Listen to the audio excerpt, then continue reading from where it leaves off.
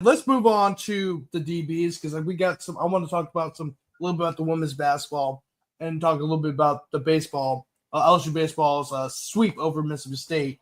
But our final topic is the defensive back room. Of course, we already mentioned that Harold Perkins will be playing star. And also, Blake Baker does say about the star position, by the way, is that it doesn't have to be a star is not necessarily safety, right? For example, when Harold Perkins is there, they might play him a little bit more as a linebacker than a safety. But also, guys been getting a lot of star reps. It has been Austin Osborne and then Tamarcus Cooley. Tamarcus Cooley is also you can also play him at both the safety spot and at star, depending on what type of personnel you have in there, the situation, stuff like that. But I think Tamarcus Cooley will be more of a safety back there because you desperately need the help. So right now, but usually it's been Austin Osborne, Tamarcus Cooley, and Austin Osborne, Tamarcus Cooley out there at star. Harold Perkins will evidently be the starter at star. At the cornerbacks, usually it's been Mansour Delane has looked great out there. The transfer for Virginia Tech. You expected him to be the starter at the starting quarterback at LSU right off the bat. He has been, and he's been doing a great job. Asher Stamps, another returning starter from last year's team. It'd be very interesting to see how he continues to develop under Corey Raymond, right? Of course, one of the godfathers of DBU at LSU. I'm not saying he is the godfather, right? Because Ron Cooper was the godfather, but he continued the legacy of Ron Cooper and then produced even more names in DBU, right? But then afterward, and these are guys who've been rotating in. Jakeem Jackson, the transfer from Florida, who was a guy that Corey recruited to Florida. PJ Woodland, a guy who had was one of the brightest spots of defense last year. He's back for a sophomore year. DJ Pickett, the number one cornerback in the country. He's usually been the starter whenever LSU brings up their second team defense. And he's looked great. I mean, he looks the part. He's showing you why he was rated as the number one cornerback in the country last year. And I wouldn't shock me if he ended up being the starter at some point during the season because he is long, athletic, and has speed, like serious speed. And then Michael Turner, former John Curtis Christian star at both cornerback and wide receiver. I think everyone wanted to know whether he's going to play offensive defense.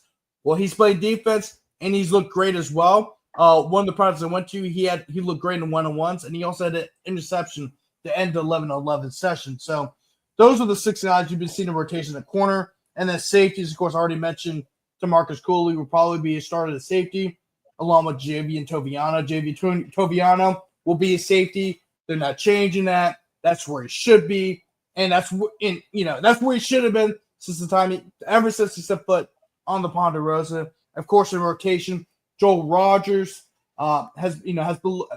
he's actually got first team reps.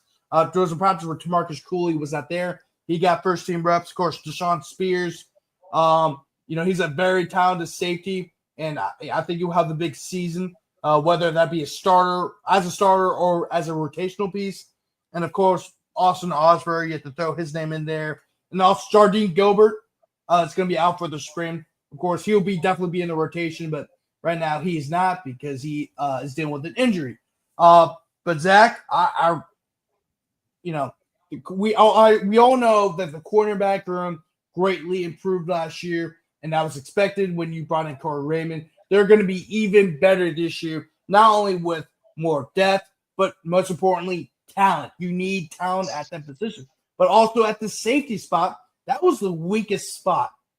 Yeah. For besides running back, the safety spot was the weakest link on LSU's roster, let alone the defense. Mason Burns, Sage Ryan, and Jardine Gilbert was supposed to be that guy, but it never really had quite. Now he was dealing with injuries, but he had a disappointing season. This is when we talk about is this the most talented and deepest team that Brian Kelly's ever had? It starts with the cornerback. It starts with the defensive backfield. It starts with the secondary. It does.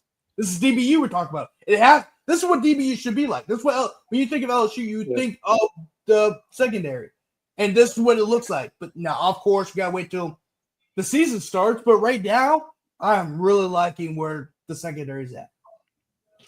The thing I like about the secondary is I think the additions that they made in the past couple of years under Kelly, it really, I don't mean to say they were like bargain bin shopping, but like the people they brought in, especially like a Cooley, a Delane, and you can extend it down to like the receivers, with Barry and Brown and Nick Anderson and Bauer Sharp. These are difference makers. This isn't like, oh man, we need some bodies. You know how to play DB? Great, come play DB at LSU. Or, God bless them, but like the Louisiana reclamation projects of like, hey, I want to come home. All right, great. We need a person. This is like, hey, I want to play and make a difference. We got room for you.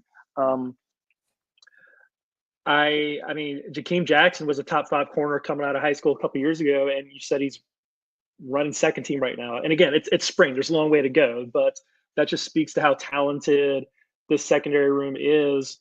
That a Jakeem Jackson, who is so highly thought of, might just be, I don't know, your 5th corner, your 4th corner. It's a group I'm really fired up to see.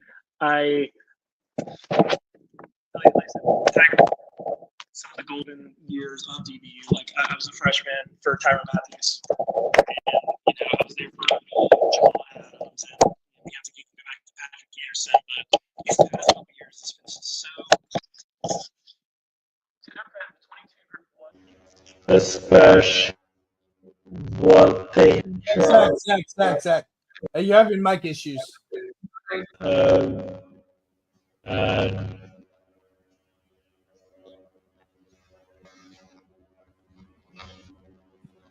I think it's because you took out your earbuds.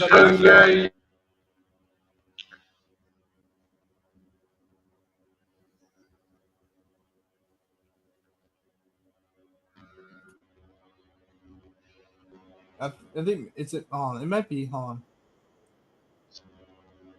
Yeah, it's coming through.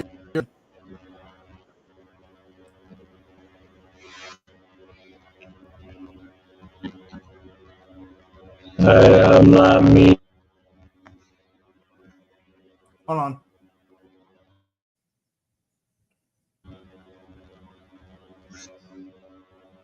Can you speak real quick?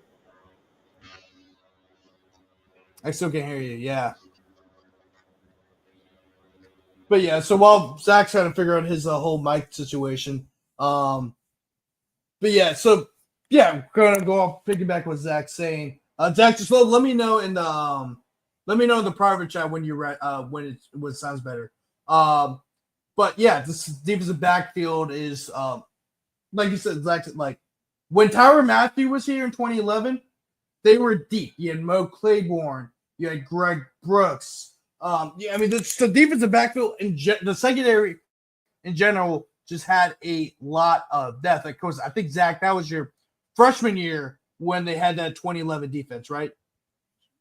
So yeah, that's. I mean, if you look at actually, let me pull it up. But hey Zach, is it? Can you try to speak real quick?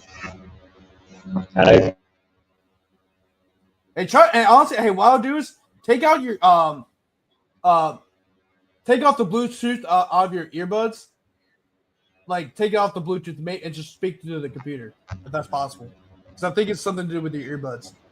But let me show you this real quick. So if you look at LSU's 2011 team, you'll truly see what I'm talking about. And this is the last great. What about now? I can hear you. I can hear you a lot better. Okay, sure. Continue on. I'm trying to look this up. Continue. You left off on Tyrann Matthew, basically. That's when all the max issues happened. Yeah, I was just saying that they're deep and they're talented and there's difference makers, and it really hasn't seemed like they've had this much depth since 2011, which that's a long time ago now. Right. The 19 team, of course, you had Stingley, and I really do hope that DJ Pickett is the second coming of Derek Stingley, and that he's a guy who comes in right away, day one, and has one side of the field locked down and allows I think best case scenario, Pickett and Delane is the 2019 version of Stingley and Christian Fulton. Yeah, as you look at here, I mean, of course, 2019 had a great defense, had a good defense too. Although for most of the season, they looked like an above-average defense. Grant Delpit, of course, won the Jim Thorpe, and of course, Derek Stingley had one of the better freshman campaigns we've ever seen from a defensive back. Not even just at LSU, just in general. I mean, he had 7 picks that year, and really, you can make a case probably should have been the Jim Thorpe Award winner that year. He had a better season than Grant Delpit did, and he should have been up for the award. But if you look at this roster, Eric Reed, I think he was I'm not sure if he was All-American, but he played in the NFL for a very long time. Was a Pro Bowler. Brandon Taylor was a dog. He was a dog. Like third-round draft pick. Morris Claiborne was the Jim Thorpe Award winner that year in 2011. And then Tyrann Mathieu on the other side. Oh, of course, Tyrann Mathieu was a Heisman finalist. Played in the NFL for a very long time. But 3 or 4-time Pro Bowler. Has been one of the better safeties in the NFL for a very long time. His backup, Terrell Simon, was drafted in the NFL. I mean, Terrell Simon was a 5th-round pick. Was a solid player. Ron Brooks was the backup to Morris Claiborne. That's how much depth that team had. And not only just the defensive back, I mean, the whole defense in general had a lot of depth. But I mean, this whole defensive backfield, like I said, Tyrann Mathieu, 3-time Pro Bowler, 4-time All-Pro, SC Defensive Player of the Year, Chuck McNarick Award winner. And then I think Jeff Lane. Oh, I don't know who that guy is. I don't know why they clicked to a random position. Oh, yeah, I don't know Jeff Lane. Yeah. So I mean, that's what I'm saying. That's what LSU's defense used to look like. And that's something we haven't seen from LSU in a very long time. At times LSU just looked like they're a soft team. They've looked soft, and a lot of people have accused them of being soft. And I think this would be the defense that could turn everything around.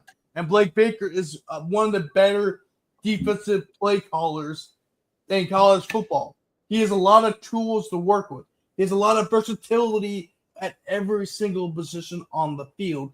This is the year that LSU's defense has to be LSU. They have to not LSU. They have to look like dogs. They have to look like the guys who are gonna knock your head into the pavement. We have not seen that from LSU in a very long time. And if you want to go to a playoff, let alone compete in the SEC, you have to have absolute dogs on the defense. If you don't, you're going to continue to have these 8-4, 9-3 type seasons. And that's another topic for another show in terms of how much pressure is on Brian